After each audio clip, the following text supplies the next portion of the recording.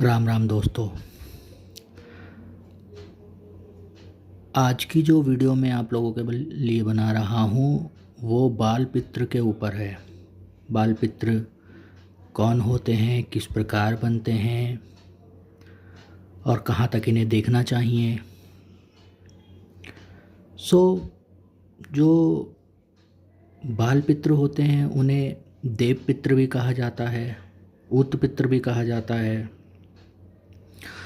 तो अलग अलग भक्तों की अलग अलग मान्यता होती है, लेकिन जो मेन होता है वो यही होता है कि जो शादी से पहले गुजर जाते हैं, उनकी कोई संतान वगैरह नहीं होती और 3 महीने से ऊपर जो गर्भ में होते हैं उन्हें भी बाल पित्र की श्रेणी में लिया जाता है। 3 महीने से ऊपर के गर्भ में।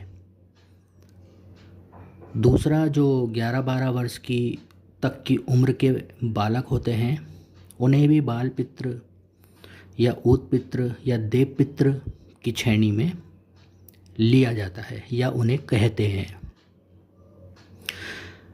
तो अगर तंत्र की बात की जाए या जादू टोना, कुछ भी मान सकते हैं आप, तो तंत्र में इन्हें कच्चा कलवा कहा जाता है, मसान कहा जाता है।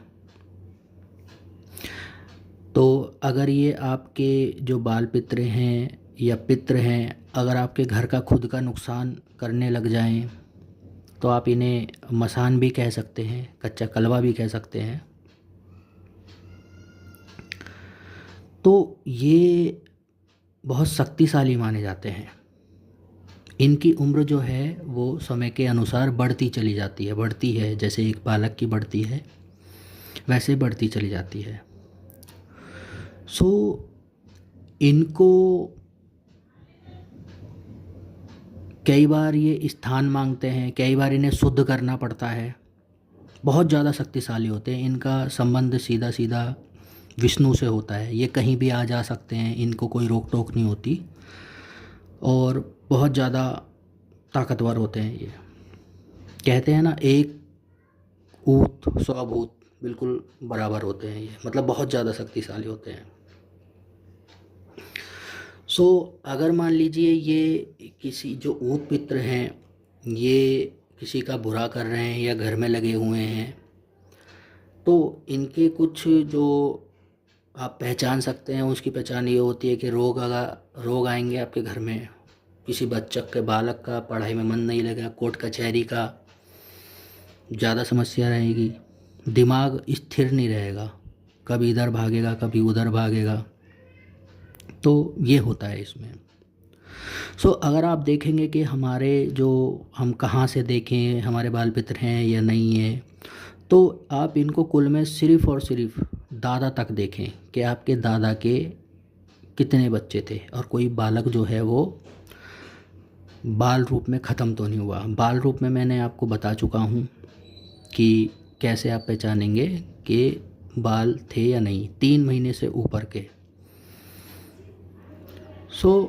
ऐसे में इनका क्या होता है, कई बार जब हम बालाजी जाते हैं तो इनकी सवारी भी आ जाती है। मैं एक वीडियो बना चुका हूँ ऑलरेडी कि बालाजी कैसे जाएं, उनके नियम क्या हैं, और 3 पहाड़ी पे ज़रूर जाएं, और 3 पहाड़ी पे ज़रूर जाएं। जो बालाजी के मैंने नियम बताए हैं, कैसे जाएं कैसे ना जाएं और क्या करें, 3 पहाड़ी पे ज़रूर जाएं अगर बाल पित्र की समस्या है तो। क्योंकि हो सकता है फिर आपको मतलब सवारी बने किसकी, ये स्थान मांगे, क्योंकि ये स्थान कई बार मांगते ही मांगते हैं या फिर इन्हें देना ही देना होता है।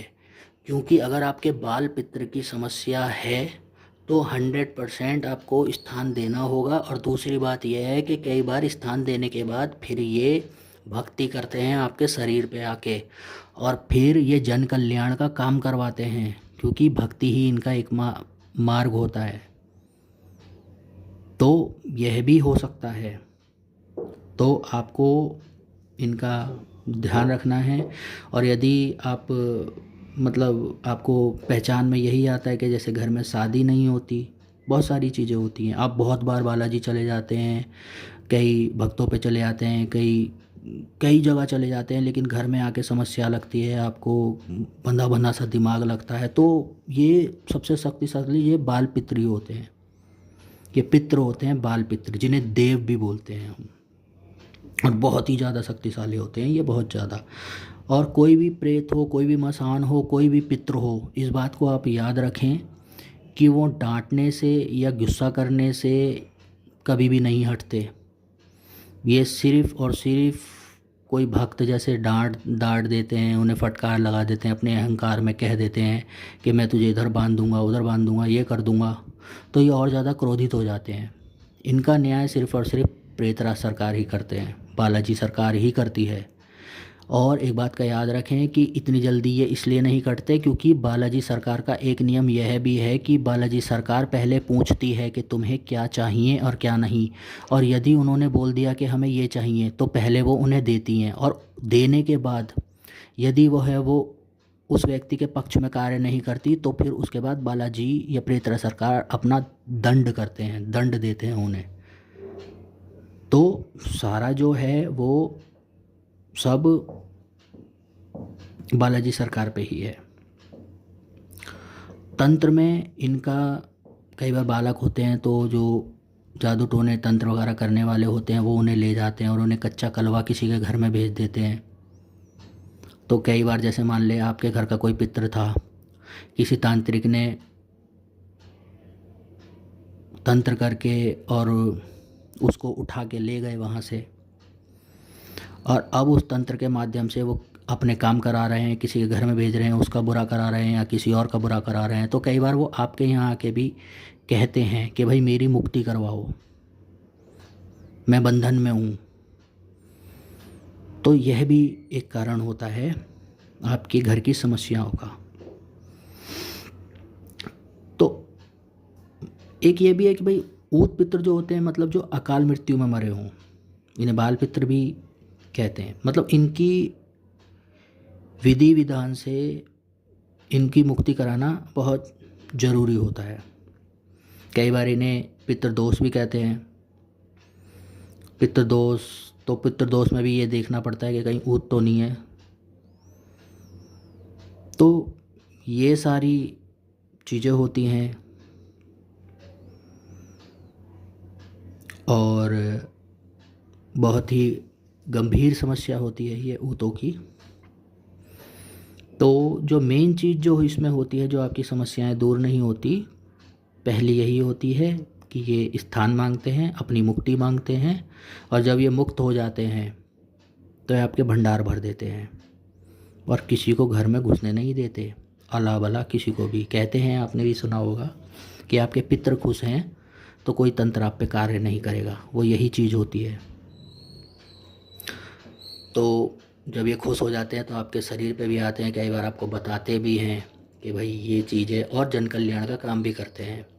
जैसे कई भगत बैठे होते हैं, तो ये जो होते हैं, ये भगतों पे जो शक्तियाँ होती हैं ये